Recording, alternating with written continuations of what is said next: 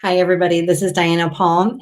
And today we're going to be talking about the physical to spiritual connection in order to heal your grief.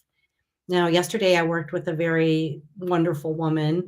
And as we were working through her very, very raw emotions and heavy grief, she shared with me the loss of her love, and how they had intentions to get together at the end of a long and arduous battle between being separated, being together, being separated, being together, and how they both longed to be together, but then he passed away. So for her, it was a very unfulfilled dream, and obviously was in a very, very heavy state of grief.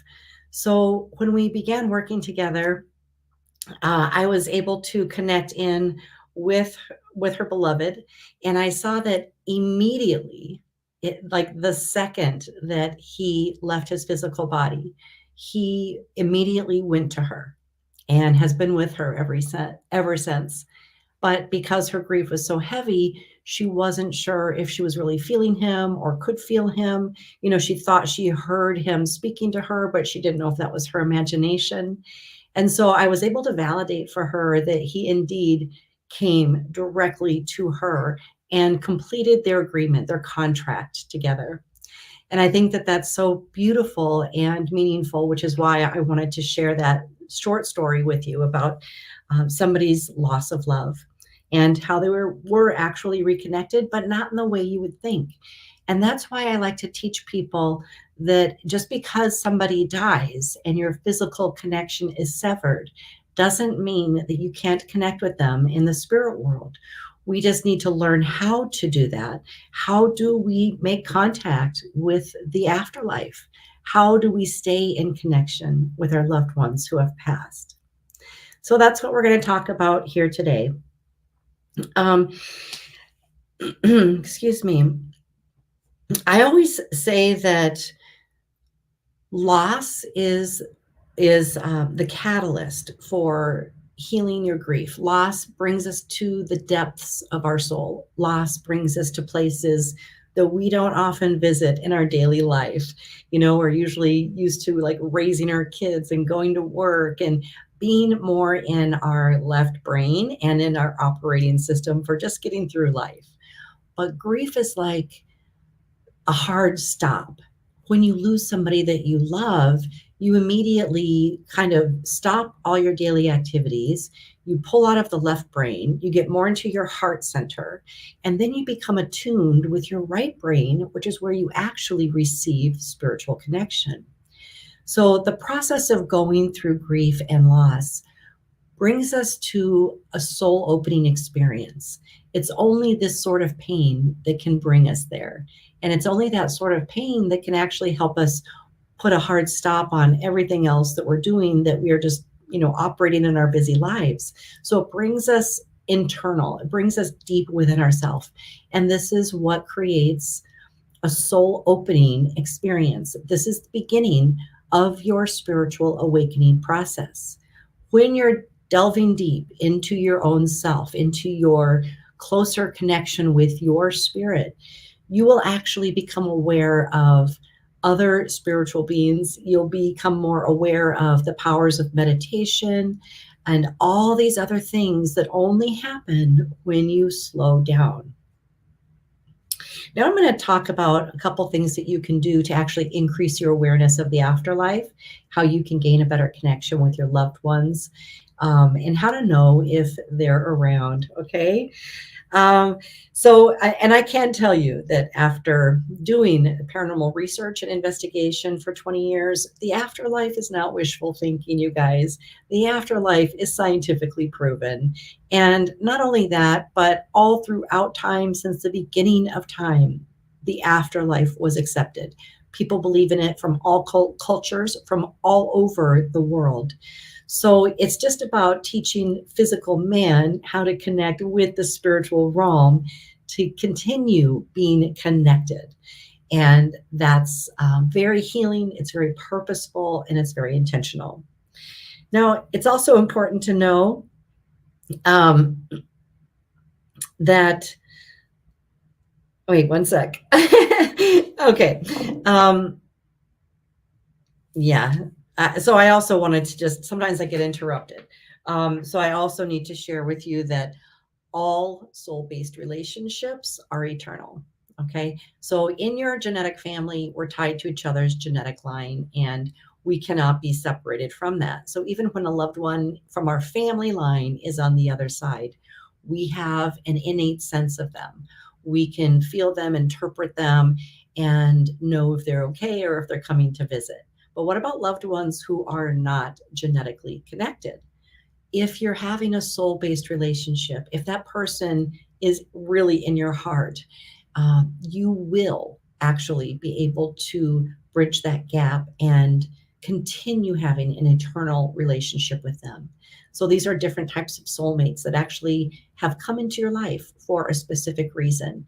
And even death does not separate you. So I think that that's important to know. Um, so there are some things that I'd like to share, because the more the bereaved heal, the more the bereaved actually nurture themselves, care for themselves, and spend time focusing on their own healing.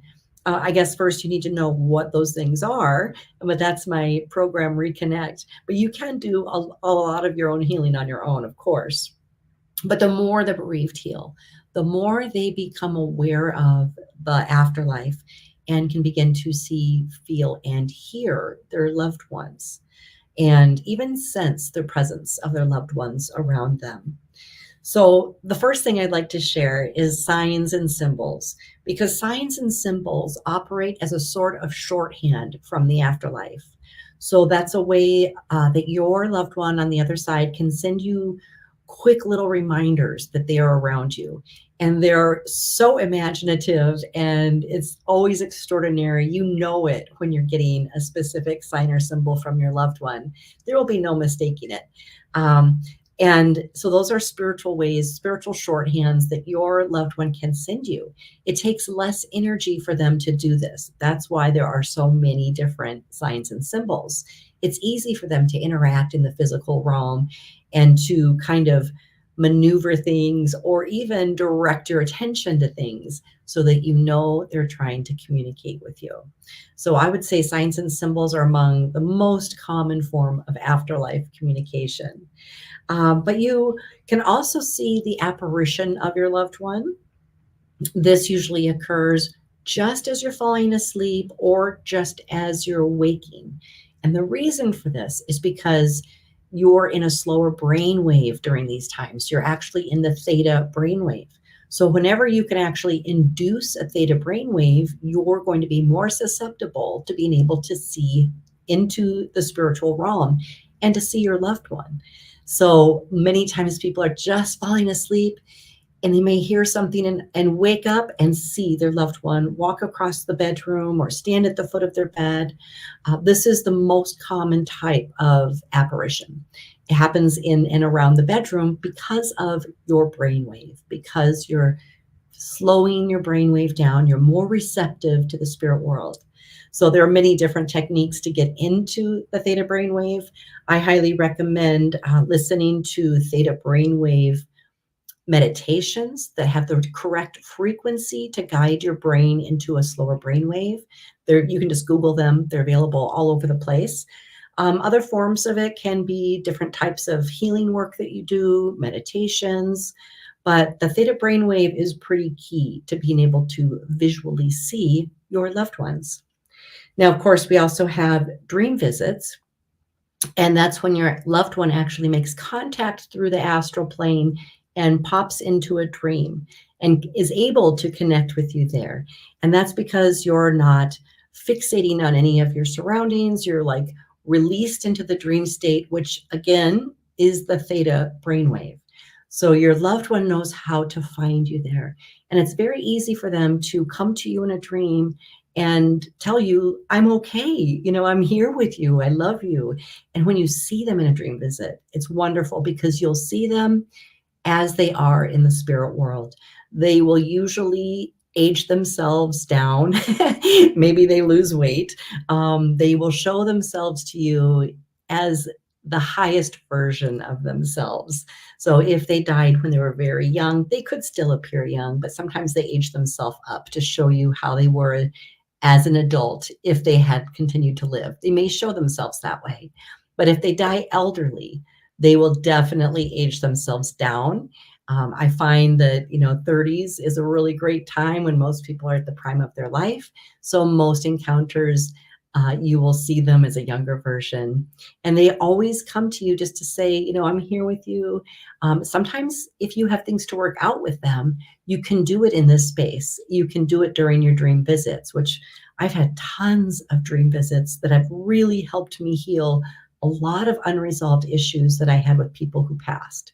So this is a very special connection to the afterlife. It's a very special time where you can continue to resolve things with your loved one and find peace within that relationship. So that's a really common one. And of course, there's also mediumship scrying, which I teach. I actually have an online course in my spiritual academy to teach you how to mediumship scry. So that would be learning how to see spiritually with your physical eyes when you're fully awake. So that technique is absolutely amazing. And I do have the link for that, by the way, below the video. If you're on YouTube, Facebook, whatever, look for my spiritual academy, and that course is called Mediumship Scrying. It actually teaches you how to raise your frequency so that you can see into the spiritual realm, because the spiritual realm is a higher frequency than where we currently are and what we see in our physical reality. So learning to drop the veil and be able to see higher frequencies allows you to see the spirit world. And I love teaching people that because they're blown away. And sometimes even just having that instant sight of your loved one, even if it's just for a couple seconds, reaches your heart and you just know that you're still connected. So I really like people to have their own personal experiences with the afterlife in terms of their own healing.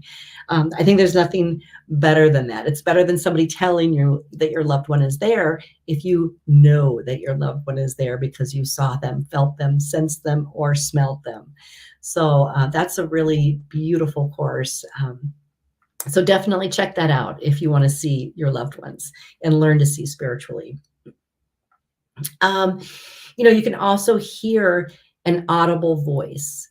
You can hear, they sometimes call it a disembodied voice because you're hearing a voice, but there's no body to go with it. That's directly from the spirit world. You can also capture voices on recordings, which are called EVPs, and that's just a regular digital recorder. Actually, I can capture them on my iPhone. I just put it in my voice memos. I hit record, and I will capture spirits talking to me right through that device. ITC devices have been used forever to capture audible voices from the spirit world. So there's many different techniques for that. You can use white noise and just sit in meditation and listen through the white noise and sometimes hear the spirits talking to you. And also with that, they can speak internally, which means because of their spiritual connection to you, they can come close and sort of impress you with their own thoughts or words. So you may suddenly have an idea that comes to you and you may sense it's them or hear their voice and wonder, like, did I just make that up? But most of the time it is them talking to you as if they're in your own head. So it comes to you as a new thought, a new idea, or you're sensing the connection and hearing them, but you're not hearing them audibly. You're hearing them internally. This is another way that spirits can communicate with you. So one of the things that I hear all the time is that people don't, if they haven't had a spirit encounter, they don't know what it feels like. So they're kind of anticipating that, maybe their loved one's just going to walk in the room and talk to them. And it's not like that. The spirit world is very subtle, and learning to communicate with them and raising your vibration higher to perceive them is what's necessary. So I'll show you a very, very short technique just to give you a little feel about what spiritual presence may feel like. Okay. Sometimes, yes, you will feel tap, tap, tap, or rubbing your cheek. There's many different ways that they can touch you from the spirit world, but it takes a lot of energy. Most of the time, it will be much more subtle than that. So if you just take two hands, I want you to do this right now. Rub them together really good until your hands start to get warm. You're just getting the energy moving. Your hands are like little portals, and they transfer energy. That's why people can do healing through touch. Okay, so your hands are very special. So when you rub them together, you really get the energy moving and flowing. And then if you separate your hands a little bit and start to move them together, you'll feel heat. You'll feel a tingly sensation. You may even feel resistance. You'll feel energy between your hands. Okay. And if you don't feel it, start smaller. If you have a lot more energy, like I can still feel mine out here. But this is how you become aware. This is how you become sensitive to the energy of spirit. Because exactly how this energy feels in your hands is how you may feel energy of your loved one when they come near you. You may suddenly feel that energy over your shoulder, or just near you if they come close to hug you, or if they're touching you, but you can't feel actual physical contact. You can feel that energy on your face. So that's a nice way to increase your awareness about a physical connection with your loved one in the spirit world.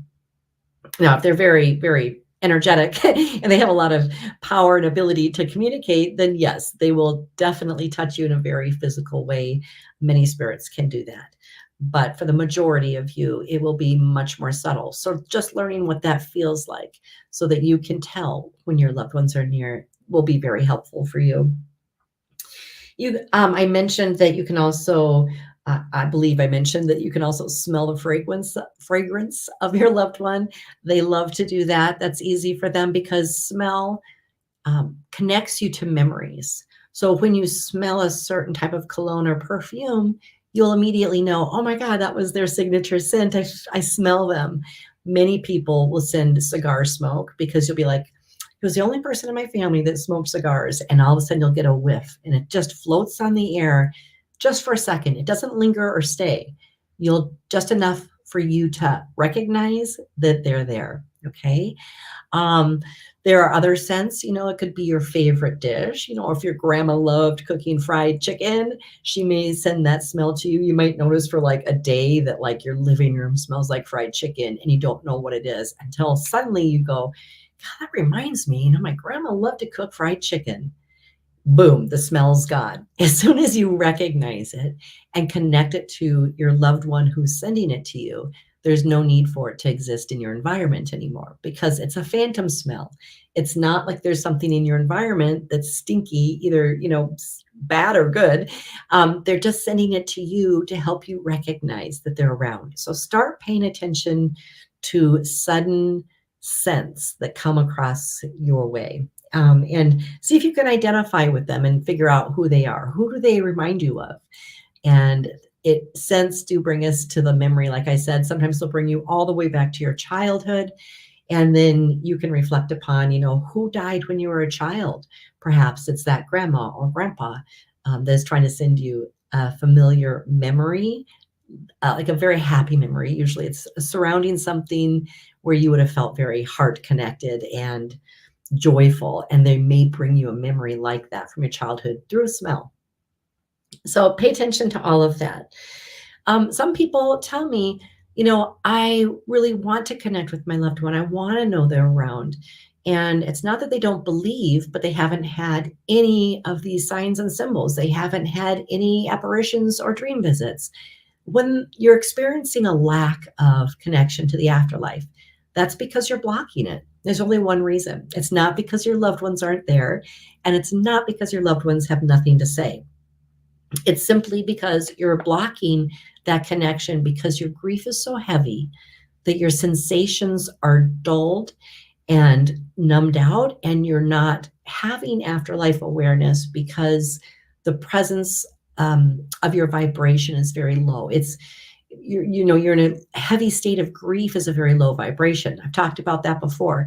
Grief is only 75, whereas the energy and vibration of love is 500. So in grief, your vibration is very low, and it's difficult to actually experience some of the afterlife visits and connections. So that's why healing your grief sets you on a different course, opens your mind wide up to the spirit world and all these other things that you probably never thought about before losing a loved one. And that's why it is a soul opening experience. It is a spiritual awakening, and you will never be the same after you've lost a loved one as you were before, because everything has shifted and changed. Your paradigm has just totally opened up for you in a positive way in terms of your soul growth. Excuse me. Excuse me. Wow. I've been just getting over a cold. Okay, so I think I've covered everything I wanted to in this. It's very helpful for you in connecting with your loved one, to know, yes, they are around you. Yes, they continue to watch after you. And it's, of course, within your divine right to connect with them and to raise your vibration and to be aware of their spiritual presence in your life. Sometimes people go and use different divination tools. They might use Ouija boards and things like that. All of those things are possible. The spirit world is around you at all times, but it's important that you have intentions and clarity around who you want to connect with, and a pure desire. Sometimes when people get into trouble spiritually is when they are just, doing it for entertainment and inviting anyone to come through because they just want proof of the afterlife. But that's seriously like going online and asking everybody to come to your house. Absolutely not. You want to just be very intentional. Your loved one's there and they want to communicate with you. There's no danger in communicating with them. There could be spiritual danger if you have no boundaries around it. In other words, like if you're inviting everyone over to your house, okay, good, bad, and ugly are going to show up. You don't want that. Just be very specific and practice anything that you do spiritually in a sacred manner, which means from your heart, just practicing it in truth. Okay. And you'll be completely free and clear from any of the lower vibrations because they just can't exist in that space. So it's safe and it's part of your healing path. And it's your divine right to be able to connect with your loved ones in the afterlife. And some other benefits are that it helps release your own fear of death. And it can really help give you a new purpose for living and re-inspire you and kind of get you back in alignment, but perhaps on a new path than you were before your loss. So I go through this with my clients. I always say, initially, the first thing that really helps you is to have an afterlife experience, just so that you know that you're spiritually awakening and that there's the possibility of a continued connection with your loved one in the afterlife. After that, you want to continue doing your healing. Like I said, to lift the energy of grief, to go from 75 up to 500 at least. You want to continue to process and heal. You want to go through the different spiritual lessons, untie soul oaths and vows that are no longer there because you're parted.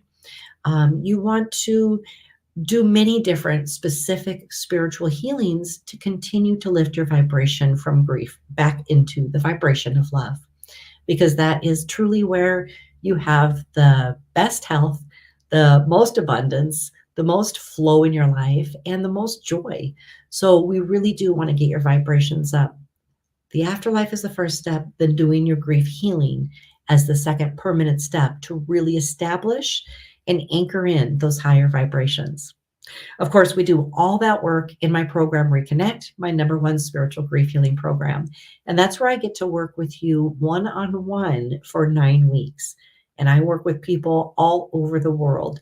So we actually sit down and I give you specific spiritual assignments that you do on your own in between our sessions. And I've had so much success with this and so much gratitude and joy from my clients who really shapeshift their life through healing their grief and really felt an inspired new reason to be here. They felt reconnected to their loved one in the afterlife. They felt a sense of peace about the loss and about their own next steps in life. So if that appeals to you, be sure you go to my website at www.dianapalm.com. Be sure to get your free grief assessment to find out how grief has been impacting you, just so you can see for yourself how you're doing processing your own grief and where you may need some extra help. And then be sure you check out my #1 spiritual grief healing program called Reconnect, because that is what brings you from 75 back into 500 and sets you back on your course while still honoring your loved one in the afterlife. Okay. So thank you so much for being here. I hope you enjoyed this video and the content. Be sure to let me know. If you did, go ahead and subscribe, like my video, and share it with your friends. Thank you so much for being here. I'll see you next week on Reconnect. Bye-bye.